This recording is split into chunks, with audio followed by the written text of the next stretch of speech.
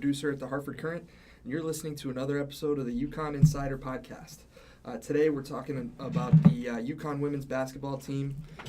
One game in, they beat Stanford on last Sunday to get the season off on a good start. So I've got beat reporter Paul Doyle here and columnist Jeff Jacobs. Guys, welcome as always. Hey, Chris. Hey, Chris, how you doing? Good to have you guys back. It's been a little bit. Obviously, you guys were in the house for that game. I know this because I saw you on TV towards the end. I heard about that. Yeah. We got some airtime. Yeah, you guys looked like you had a nice vantage point right near center court, yeah. right?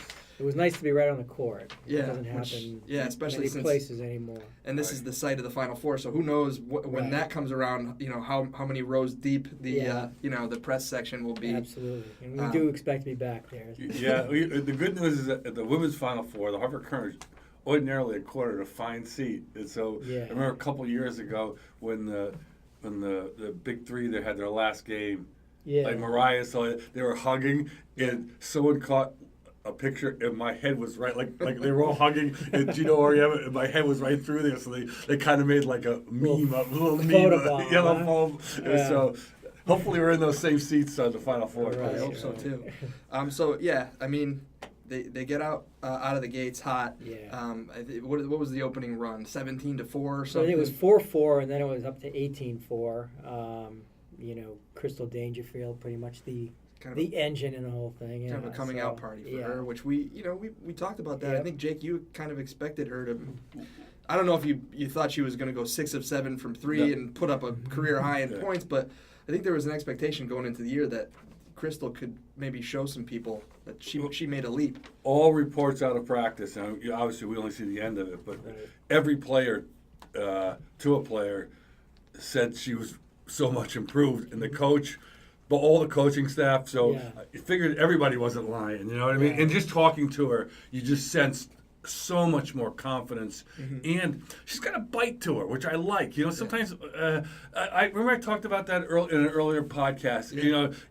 UConn has always kind of pride itself on being classy, and I called for a 10% more bite. Don't go crazy. I won't mention any schools in the past, in the men's and women that have gone too far, but just a little more of that. And she gives that, not just through talk or anything like that, because she really doesn't say that much like that. No. She said a few things about we're going to bully, but other than that, just the way she plays and it gives up. Yeah, it's kind of a swagger. Yeah, athletic swagger, speed, a little scary that way. So so it came to roost. Yeah, and I think I was watching the post game. I think she was talking to Holly Rowe on the court after the game, and I think she used the term. Holly was asking her, 6 of 7 from 3. That was really a big outburst from you, and I think Crystal said something like, "You just got to not have a conscience." That kind of speaks to this attitude, and that's what it takes and shooting from 3 feet behind the arc. Yeah, that was I bored Paul by the end. I couldn't stop talking about I was calling it, this is Jerry West range, Paul. I was like every time she was shooting. I was just taken by how small she is and how far she could shoot out. She shoots from, and so asked some of the questions afterwards in that regard. And Gabby, the thinker, kind of theorized that maybe because she is smaller, she wants to get it away from taller players. But Kayla Samuel said, Coach points out, she goes, she does it all the time in practice, and there's nobody around. Yeah. And Coach goes, why don't you try stepping up a few more feet? But it's not necessarily to get away from people. Wants to take a 30-footer when she can take a 20. But well, there's no thought process. I mean, we talked to her about why, and she just said just because. It's just okay. I'm ready to shoot, and I'm going to shoot from here, and she's not really paying attention. It could be in the flow, and she hasn't been able to explain it to Gino, and he had asked her. And he said it's great when they go in. When they don't go in, then he gets on her. So on Sunday they were all going in. Yeah, right? It was. I was taken by that. Yeah, I just wasn't expecting 6 for 7 from such depth. But every other part of the game was kind of what everybody's been saying was going to happen, and it did happen. Right. And as always, it's defense that kind of fuels the offense, right? I mean, Stanford just sort of looked probably by about halftime, or maybe at some point in the third quarter when it was really I think the lead at one point was like 35 points or something like that. Right. UConn kind of took their foot off the gas towards They the end of did. that game. Yeah, second but half, really. it's just the defense is relentless, and that from there, they get to have all the offensive creativity that we know that they have, and just such a flow on that end of the floor. What were some of your other impressions of what you guys saw? Maybe some performances from other players. Katie Lou had a kind of quietly a good game, right? I mean, right. She got into the flow. I think the quickness, and part of that is I think Stanford kind of lacks that, and they really exploited it. But they were just in that first half, they were so quick, and Gabby's fast. You know that she's quick, and you mentioned the defense.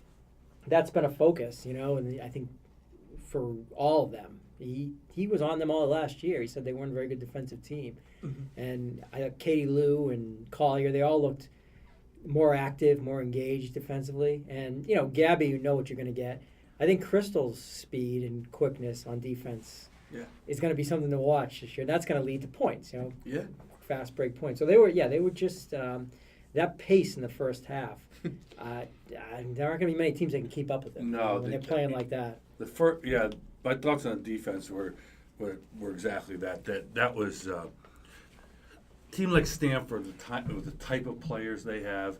Mm-hmm. They can be made to look plodding when you beat them. It's Tara Vinner, not always because Gwen McKay's were there, but over the years, a lot of her players tend to be a certain type, and when you have a real athletic team that has speed, you can make them look plodding. Mm-hmm. And man, I never saw Stanford look more plodding than in those first 15, 20 minutes. Gabby Williams she's taking chances, to be disruptive, hands in. Mm-hmm. They're not all steals, just mm-hmm. hands in, disruptive. And of course, Dangerfield's now feeding off that, enjoying it, and so she's in that club there, that disruptive club with speed, and that is just really different. It was one thing I mentioned to Paul when we were watching. I'm always watching for chemistry on teams, just because watching youth basketball, my own kid, and watching how people fit in, and I thought early on, Williams and Dangerfield were so aggressive that Collier looked a little lost, and I'm always watching Katie Lou Samuelson's game because I know she wants to change, not change, but kind of evolve, become a complete player. And so I didn't like it. I didn't like that she wasn't touching a few times. So there was a few times, I don't know if it was in the first quarter or what, but she took the ball, and I didn't think it was the greatest shots, but they were aggressive shots. It was like, hey, I'm an All-American too. I'm going to get involved in this. Mm-hmm. And, they're not going to admit, you don't have to get involved. We're all sharing. But everybody shares. Even the New York Knicks a few years ago, they shared the ball too if you listen to them, Right. Carmelo Anthony, he's the most unselfish player that ever lived. Mm-hmm. So you learn not to bite into all that. And they did as the game evolved and as they'll play different teams, they're really sharing. But I just thought Katie Lou Samuel kind of asserted herself offensive and said, hey, I'm going to get involved in this. Yeah. And it wasn't all because it wasn't happening three. She was scoring around the hoop, which she did more of that last year, but that was more evident. I actually thought on defense, too, Katie Lou, she's got those long arms, right? She can be really disruptive if she's engaged, and he's been on her for 2 years, and she in training camp and in the summer, he has said that she's upped her game, and I think we saw that. She could be a real force because she's athletic too. She's quick. With those arms, you forget how she's 6'3". She's long, you kind of think of her as just, a perimeter player. She's tough. She's long. So I think it's funny. We've talked a lot about Azurá Stevens being the Kevin Durant thing. Yeah. But like Katie Samuelson has demonstrated that those type of things that she's in the last couple of years here will, I think, can evolve into that, into more of that. And she's the more you get close to her in terms of interview and just being close to her on the court. It's like you said. I think when you're young, you just saw this tall, skinny kid that could shoot the lights out. There's some real, athleticism to that kid that it's coming out, and as she's, trying different things, and you see her you'll see her sometimes get hung up on bad layups, taking it right. Yeah. I think she, you don't see her taking too many bad threes because she's done that since she's like 4 years old. But as she's kind of expanding her game, she'll make mistakes in places. But I love the aggression that she's showing. She's a smart kid. She's a smart play, and her dad played. Her sisters obviously played at a high level. She's got a basketball mind. I think sometimes when she was younger, she'd make a mistake, and Gino talked about her being a California player, right? Which this is loaded. Like what does that mean? Like she's flighty. She's some stereotypes you can get away with. That's one of them. Flighty, like passive. Like more of somebody who's going to avoid contact. I think that's the implication, right?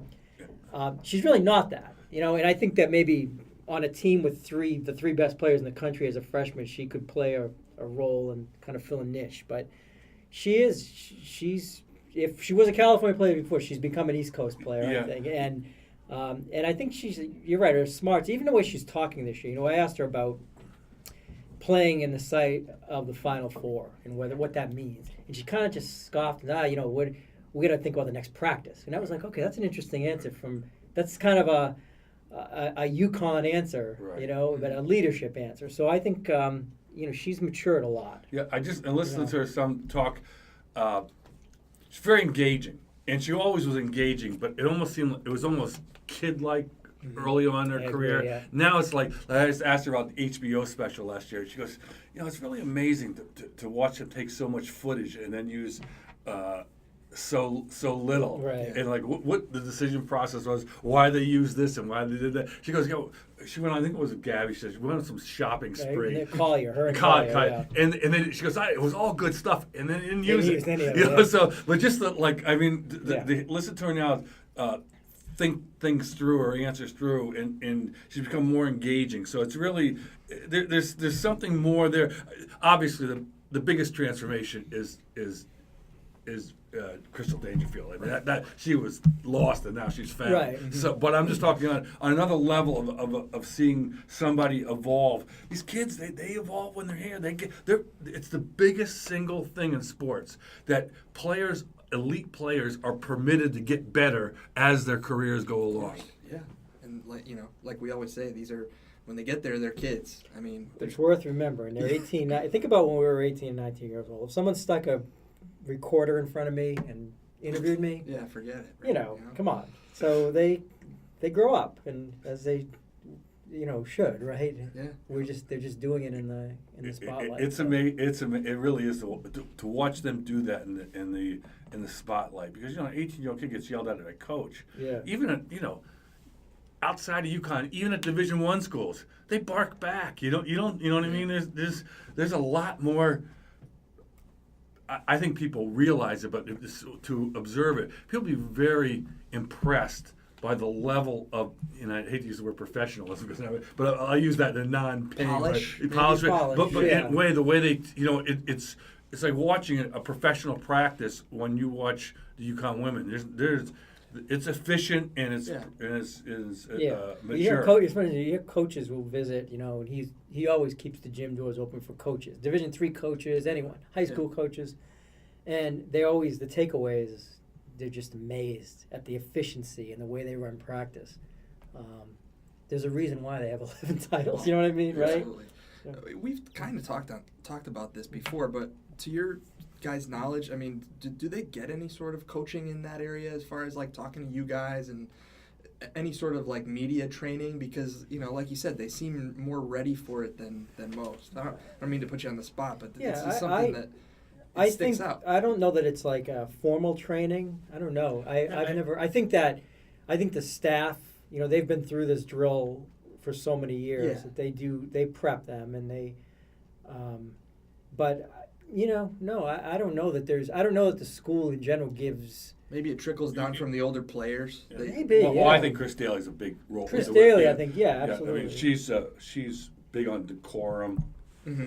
the way they handle themselves. They've had she said rule. There's tattoos, and when you're in the airport, certain rules. Yeah, no nail polish. What I mean, and things like that. No Twitter. Twitter. Yeah. Chris is busting me relentlessly for my question that you put on Twitter. Like, can you look?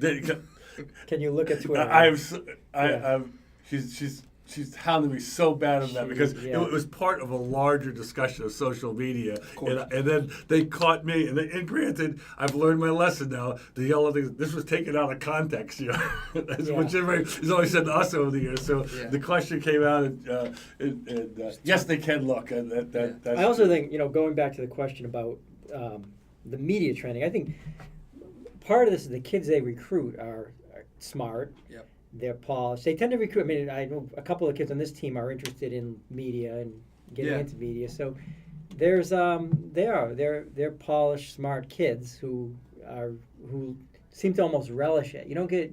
I mean, there aren't many real shy kids. You know. No. You know. If I could, I'm gonna paint this with a very broad brush because people are always interested in the personalities of teams. I came over from the Whalers to become the Columnist in 1995 after they won their first national championship, and the players, for the most part, the attention was enormous, and they really loved it, and they were almost like a lot of girls next door type of players. You know, Jen Rosati had a little bite, but Rebecca Lobo is the greatest person who ever lived. If not, she's in the top 3. But they were really bright and accessible and liked to tell their story, really engaged. And then I felt that they went through a period. There were some people that were, I said like, wow, they're getting more like the guys in the sense that they don't enjoy it as much. I'm talking about with the media and the public side of it. But now, with the emergence of more and more social media, the kids are kind of combining, at least in my mind, their own personalities with the media and the social media, and they've kind of like resurfaced. They're letting you guys in a little more? As a combination of the nicey stuff plus the real stuff that they didn't keep from it equals like this a new person like that. You know, and Gabby Williams for sure. But you know, like I think Kay Lou Samuelson's emerging a little bit like that. I can also see, and without even having not been involved in those, just part of this is like the cycles of generations too. You know, and it's not just what you're seeing here is emblematic of what's happening everywhere. Just a generational thing. Kids, you know, and you might see that in basketball. Like I think some of these kids too, like the way, you know, these kids, they're on social media, like you mentioned. They go play AAU, they play USA basketball. They're used to being interviewed. They're used to having their picture out on social media. There's a visibility that this generation has sort of grown up with. Like these kids, you know, some of the recruits who have been signing the last week or so, you know, they have their own brand out there on social media. Yeah. And part of that is just, I think it's just generational, you know. So when they come, that's like they're this like almost like this finished product, and they've got their own thing. You know, Megan Walker and these 4 that came this year, they're very active on social media, and they're their own thing, you know. So we knew what to expect. We knew sort of what they were like in a way. And you go to these like all-star games, the Jordan Brand game or the McDonald's game. You know, there's a lot of media attention, probably more than there's ever been. So, but at least for the women's game. Right. So I think that might be part of it too. Some of it obviously is just the individual personalities of the players. I mean, like someone like Diana Taurasi, she was not a talk all day type of person, but she was hilarious and great. Like she would just give you like the one liner. I just remember like she's still like that. And you try to be as professional as possible with these players. Sometimes people come in that are not in quote unquote the mainstream media, and they get closer to the players. So, but like I remember like in Beijing. You know, when people should realize, like, and they probably see it in soccer, when you cover international events, you kind of like there's like this zone, and the reporters are on either side as the players walk toward to their locker room, so you can interview them there. And so after the U.S. women won the gold medal. Like she was hugging some people, and I saw her, and I go like, "Oh, congratulations!" She goes, "Get over here, give me a hug. I just won us a gold medal." You know what I mean? But like it was like, but she was like, you know, but she was not the kind of person that would like stand there and give you 15 minutes of flowery answers. But like when she gave you an answer that was one line, it was great. Right. So you know, so as things emerge, just different. My point is that there's just different personalities also. Remember Kalena Green? I feel like she was another one that would always kind of give an interesting quote, or you know, she was kind of the personality that stuck out on that team with Maya and Tina, who were obviously superstars. Kalena, she would have some zingers here and there. Yeah. And I was going to save this topic because it kind of hits on recruiting, but we're kind of touching on it already, so let's get into it a little bit. Kristen Williams, Jake, you had the anecdote in your column about how she kind of tried to pull a fast one on Gino a little bit, and I think again this speaks to the caliber of person that the program seeks, and just the personalities, and I don't know how much that stuff has to do with being a good basketball player, but UConn certainly has found over the years these players who are funny, engaging, and obviously they're great players too. I don't know what the magic formula is, but they seem to target a certain kind of person. They right? do, yeah. They do. Yeah, I think as they become more and more successful, and I don't have a perfect answer for this. I wish I did because I think if I had the perfect answer, or any of us did, we could sell it to like about 10, 15 programs that put millions of dollars into trying catching UConn. Clearly, they have the pick of the most. They have the look and the pick of the top players in the country. So let's say there's 25 of those players a year. Mm-hmm. Because they have that pick, they take an extra step forward and see what kind of person and what kind of player they want. And they generally get that player. But I can't tell you on every point exactly what they want, because I don't think it's the same thing all the time, because there's different positions, different points of where the program are and who's going to play right away. They must think about the existing personnel and how this person's going to mesh there. Yeah, and so I think there's different factors. I'm sure there's certain criteria they got. Hey, one thing when I wrote the other day, I didn't have room to write a column because I keep my columns shorter now.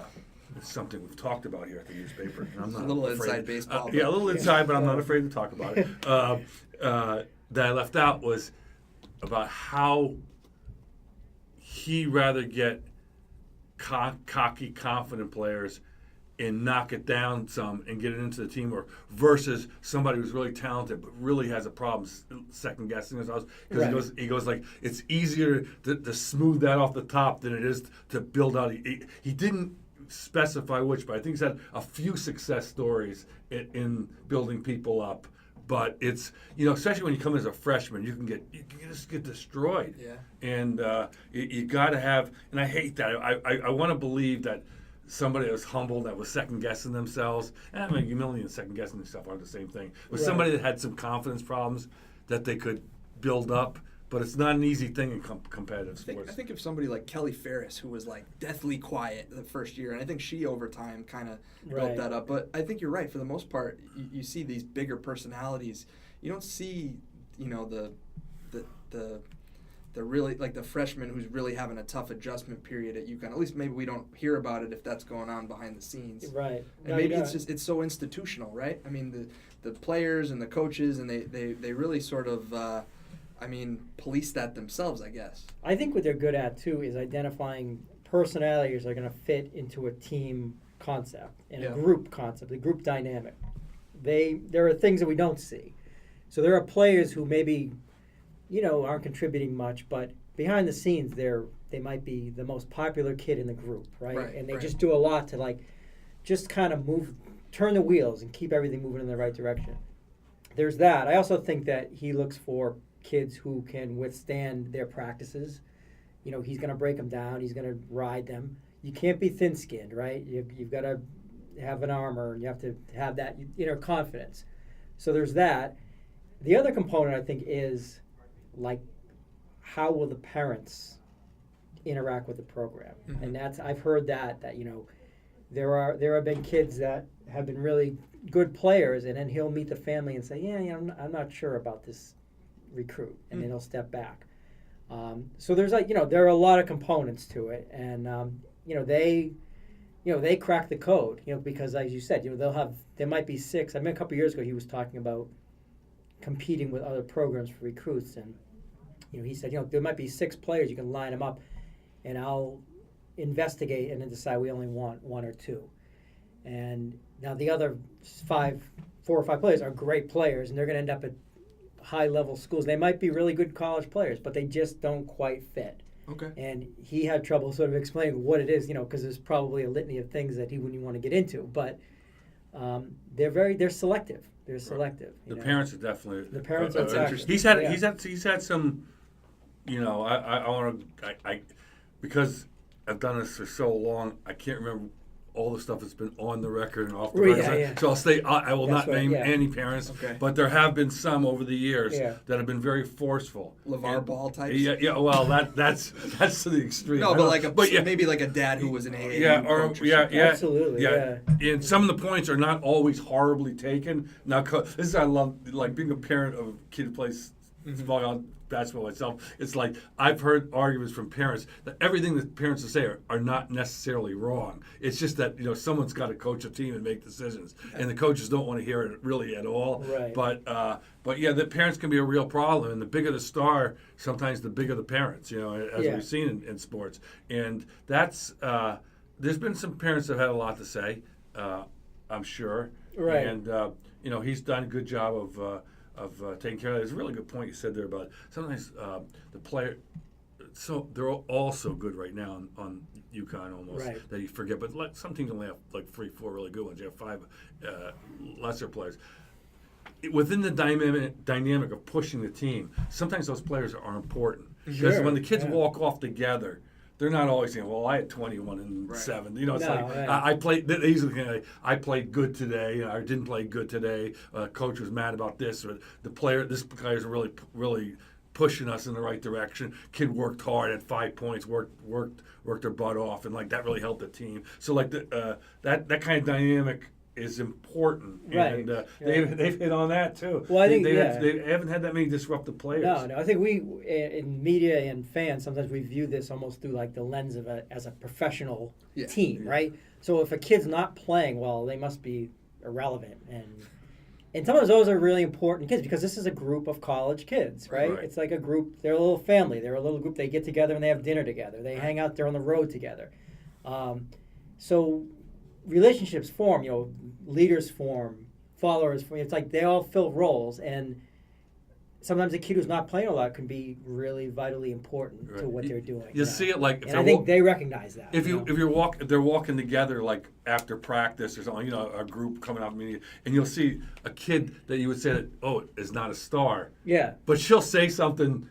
Like in a buddy group of dynamic, you're like, well, that was interesting that you said that to Maya Moore, or you said that to Diana Taurasi. Sure. And it's not always what we think. I mean, some of those things in that HBO. Yeah. One of the most eye-opening part to me was that you have in this mind like how the dynamic works, and we only see part of it. And the HBO special gave us an eye into a fuller dynamic. And at least for me, Paul, all the personalities did not line up the way that I thought in my mind before I watched that. Well, the last few years, like the walk-ons were really important personalities to that group. When they come in the game and shoot everybody, the bench erupted. They were so popular. Yeah. They worked hard in practice, Well, even something like as silly as, the little tradition where somebody hits a 3 and somebody from the bench goes all the way down with the high fives. I think that started, it was probably a walk-on from like 98, 99 in that era, started that whole tradition. And it's like those are the things where you just see they're connected. From 1 to 12 or 1 to 14, whatever it is. Yeah. Everybody's all in. Right. And not all teams can say that. And I think that's why you see the disparity. And that's a thread through, if you talk about if it's 20 years, it goes back, right? Yeah. That clip, I forgot where it was. Jesus said it like years ago about how he watches his own kids on the bench. Yes. Powerful. Yes. Unbelievably powerful. That went like viral. Yeah. Unbelievable. One of the best things I've ever heard him say. He's talking about body language and just how you can read kids and even when they're not talking. Yeah. It went viral about a year after he said it. It was fascinating. Some coach shared it. That's right. That's right. He discovered it a year later, and then it took. I remember I've talked to him about that. He's like, I don't know where that came from. I don't remember. I heard him say it, and then when I saw it on viral, I go like, boy, this is great. And I go, wait a minute, I think I heard him say this before. Wait a minute, I wrote about this already. But it was powerful, as you said, and I think it's a little insight into how he thinks and why he's so good and why CD is good too. I think that his staff is good. It's just like they recognize those little nuances, right? And that's. I'm not sure every program's doing that. I send out the clips of young athletes that I know. Yeah. Yeah. I mean, it's a tool for sure. Just to kind of put a bow on this recruiting stuff. The rich got richer this week. Right. A couple number ones. Paul, you want to give us a quick rundown of who they just landed? Well, it's funny. A week ago, they had no one secured, right? They had no verbal commitments. And these rating services, like they weren't even in the top 50, right? Because they had nobody signed. So the day on Friday, Kristen Williams, who's the best player, and Gino loves her. Like she's an aggressive, high-energy guard. Yep. Number one player in the country. She signs with UConn. Yesterday, Olivia Nelson, Adoda, I guess is how it's pronounced. But she's from the Atlanta area, or Georgia. 6'5", long arms, can shoot threes. That sounds familiar, right? Yeah. She hurt her knee in January, and she missed the end of her junior year, and she's just getting back on the court now. Yet, the recruiting never stopped. She had a lot of options. Kid, I guess she wants to become a doctor, so she was lured by Duke and Stanford and the academic schools with great academic reputations, and it was still sort of unclear where she'd land. And she made her announcement yesterday on social media, on one of these orchestrated live streamed from her gym. You talk about kids coming prepackaged sort of as a brand on their own. Williams had a fun one too, right? Involving real Huskies. Where she brought a real Husky out. There was no Husky yesterday. There was no Husky. They rolled out the banner, and then she stood up and she was wearing the UConn shirt. It was very dramatic. But she picked UConn too. So that's two of the top 5 players. The girl, Olivia, she had been number 1, I think, in the country prior to her injury. So, probably the 2 top players. The top one that got recruits. away. It's just fascinating to me. The one that was, I forgot her name, slipped my mind. The girl went to Texas that committed to Charlie Collier. Yeah, Collier. She got away, and they come back with another big, who may be better. Yeah. And Collier was a Houston area kid who had, as an 8th grader, committed to Texas. A couple of years later, said, no, actually, I want to go to UConn. And then at the last minute, she decided, no, I want to stay close to home. Sweet. And and he was like, what are you going to say? But the kid wants to stay close to home. And that's some insight into she probably wouldn't be able to handle the... Well, I think they know that, right? Yeah. And that's, they weren't trying to talk her out of it, because if a kid's going to if she's going to be second-guessing herself before she even gets to stores. Look, I still to this day, and some other people more genius than me will explain what happened with Elena Deladon. Yeah. But there was a certain, I've talked to Elena over the years, and I did a column on her with her sister. So I have some insight and met the dad. I don't have unbelievable insight, obviously, because I don't know, because I'm going to raise the questions I don't know. But she came here for 2 or 3 days, and I understand that she didn't necessarily play in those scrimmages where off team scrimmages the way some of the UConn players play. Necessarily, hustle up in certain areas of the court after baskets and that. And I think a few things were said there. This is what this part I do have some insight in. And she didn't last long here. Now, we can play ultimately the homesickness could be part of it. Missing her sister could be part of it. Didn't fit in could be part of it. And there might be a few other ones that it's been so many years that I can't remember everything. We can apportion certain fractions to that, but I can't tell you to this day which one is like 84% and which one's 6, or if it's 33%. People walk around and say, I know the answer because I know everything. It's probably not an either or. It's like you said, a little bit of everything, really. But the kid went and played volleyball. Yeah. And then she went back to basketball. Now look at her; she was arguably one of the best. She is one of the best players in the world. She won the MVP, right? In the NWNBA. She seems to have a good relationship now with Gino. She does. Played for him on the Olympic team. Yeah. So there's sort of an all's well that ends well thing there. But I feel that if she had come to UConn and fit in, she would have been. There would have been, like, in terms of popularity, it would have been like Brianna Stewart plus Rebecca Lobo equals Elena Deladon. At least in my mind. Well, I think she would have been through the roof popular. Well, if you look at the timing of it, right? Really matters, but they could have gone like years without losing a game, right? Yeah. That's kind of how it shook out. Yeah, refresh me on what era that would have been. Would she have overlapped with Maya in Tina at all? I can't remember exactly the can't- years. Yeah, there was an overlapping period there that I remember saying they weren't going to lose any games. Right. But I also said that if they got through last year, they were never going to lose a game again or something, and they did lose.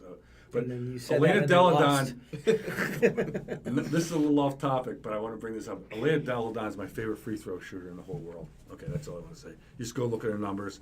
She's unbelievable. Is it the technique? What? Yes. No, it is. It goes back to certain things in sports where the less motion you have, the fewer opportunities to make mistakes you have. So if you watch her shoot free throws, she's a flicker. Okay.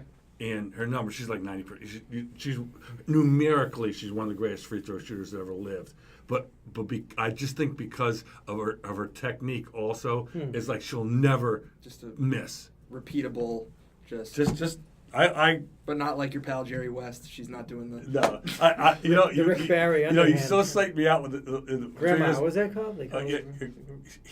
I've been dogging Jake on some of these older references. It's not only Chris Daly. It's Chris. Didn't you do a Charlie Chaplin? Yes, reference? that's the one. That's yeah. it. So I've been thinking all day, all week, like, and today driving in, go like, I got to keep down the old stuff. So now he's in my head. I'm in his head. You bring silent film actors into a podcast. I deserve it. That's a great point. I mean, Yeah. Wow. So, all right, guys, let's look ahead a little bit because we're recording this on Thursday. The home opener is tomorrow at Gamble, right, against. Preceded by the Rebecca Lobo ceremony. Correct. Yep. Yeah. Yep. Rebecca Lobo Day, right? Night. It was declared. Yeah. I saw her. Banners. They're gonna sign. Fans are gonna sign banners. It's her school, her world. We're only renting space. You can't celebrate in her enough. Loboland. No, you really can't. But also, tough games coming up. A lot of West Coast teams, some travel. Yeah. Paul, I'm sure both of you guys are going to be on the road for Thanksgiving, right? Because they're. No, I'm not. Paul is on his own on the long I will trip. be in LA for Thanksgiving. So instead of turkey, what's the plan? I'm In and Out. In and Out. Yeah, that's Oh, everybody yes. keeps telling me In and Out. Actually, I've been scouting around some restaurants in the Century City area and UCLA. You'll have to Skype into the family meal or something, or. I'll probably do that. Yeah, I'm sure they'll miss me. So but we'll be leaving Monday. I'll be leaving Monday. UCLA will be at Poly Pavilion Tuesday night. But before that, we've got 2 games in 3 days. So it's an interesting stretch. And Teams and seasons get tried different ways and different manners, and this quick schedule here, Friday, Sunday, Tuesday on the other and then on the other country. Friday, Sunday, Tuesday, and factoring in a cross-country flight on Monday. Right? Yeah. That's very NBA, NHL like, And UCLA is a really good team. Like they have Jordan Canada, their point guard, is one of the best players in the country. Right. Did they play them in the tournament last year? They did, Yeah, and they beat them handily. They beat them, but they, it's still it'll be a tough game for and them. I think they left some meat on the bone in that Stanford game too. I mean, that wasn't a perfect second half. No. I'll be honest with you. I don't have a great answer for what happened in the second half. Now, Gino forwarded that they thought they'd practiced hard and they were tired. That could be they took their foot off the gas because they played so great. Maybe you just can't play 40 minutes like they played like a 10, 12 minute stretch there. That was so. It's not sustainable. It's not sustainable. Yeah. I think against a great team, sometimes those numbers that go from like 10, 20, 40 to 60 point lead is just out of pure superiority. You're not really playing as well as you did in a certain stretch, but you're getting put back, so we're inferior players. So maybe that's part of it. But I don't know. They were so good in that first half that I was frightened. Right. All right, and yet, Collier, who never missed, would quietly have 20 points a night, didn't do much. So it seems like Kia Nurse, who we've been talking about on these podcasts, is like she's gonna have a break. She was like 1 for 7. She's just like she wasn't shooting the ball well.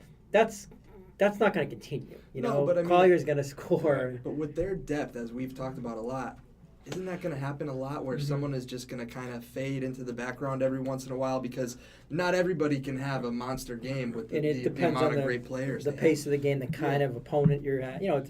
that's the thing. Like they can improvise and match up with anyone. Right. Whatever you try to throw at them, because there's just so much talent there. And That's the most interesting part. Now these are 3 good games. They should win them. Yeah. Because I think they're going to win them all this year. Right. But I don't think that these are not necessarily 3 blowouts. Just because you're playing a lot.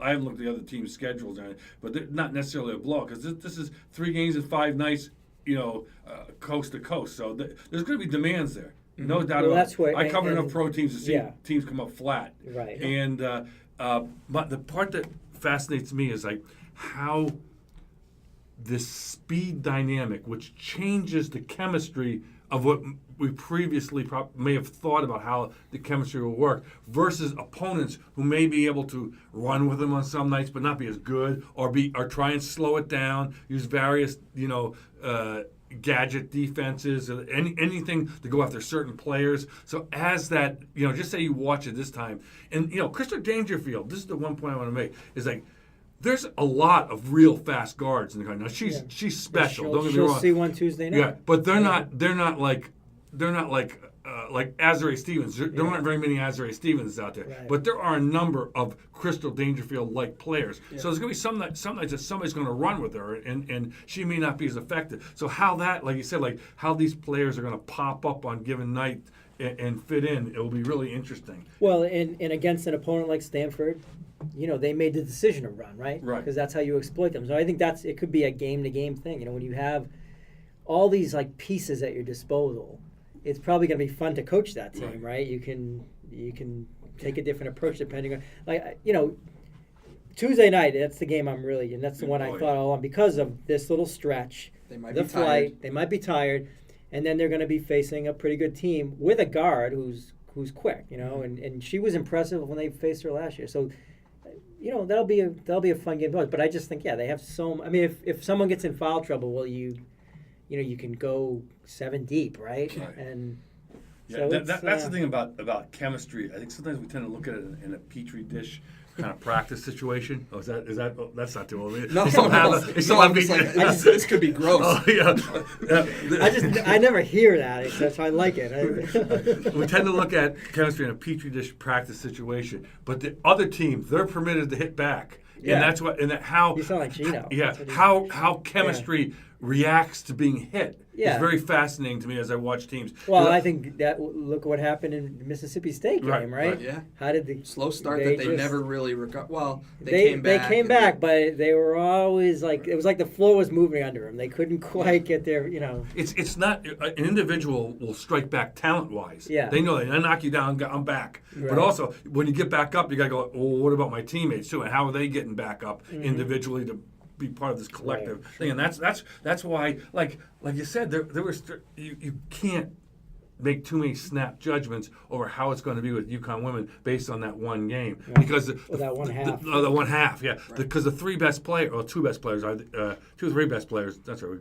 We'll include Gabby, right? Who's the best player? No, I meant out of the game. Out of the game. 3-star selection, I think, would be Dangerfield, Samuelson, Williams. Oh, right. And that type of thing. That's old hockey stuff. Never 3 stars. I still walk back. This is the really sick part about me. I should have admitted this long ago. Is that I still walk out of every sporting event I cover going like about the 3-star. 3-star selection because when you get assigned it at a game and they vote. announce it and they go like 3-star selection as selected by Paul Doyle, hard for crime. Man, you're worried that you're making the wrong. So I think that everybody should have to be made public out of every sporting event. They go just to test them to see if they're watching. So my point is that the 3-star selection next game could be 3 different players than it was against Stanford. Yeah, absolutely. Who would you say is the Jeff Sanderson on this team? No, I'm just kidding. You go. We don't have to start doing hockey, basketball, cross. Little Whalers. Yeah. Actually, I would love to talk Whalers with you guys, and maybe we'll do that another time. But, I'll be on the lookout for a Whalers shirt in L.A. when I'm out there. So. They've become chic now, you know. It's a fashion statement. Yeah, somebody that never saw a hockey game as well. Well, such a great logo, right? I mean, if they're wearing the green ones, which I love so much, then I get a vibe. But they go by those navy blue ones, then I don't have the love for that. Well, those were lean years on the ice. The ice house, right? That's what Brian Burke called it. Yeah. Anyways, that's Well, guys, as we look to wrap up here, any parting thoughts? I know you'll be on the road a bit, and obviously some we'll have some telling games that we can break down coming up. But any last thoughts here, predictions, anything you want to get in there? Well, I'm looking forward to the Maryland game. Okay.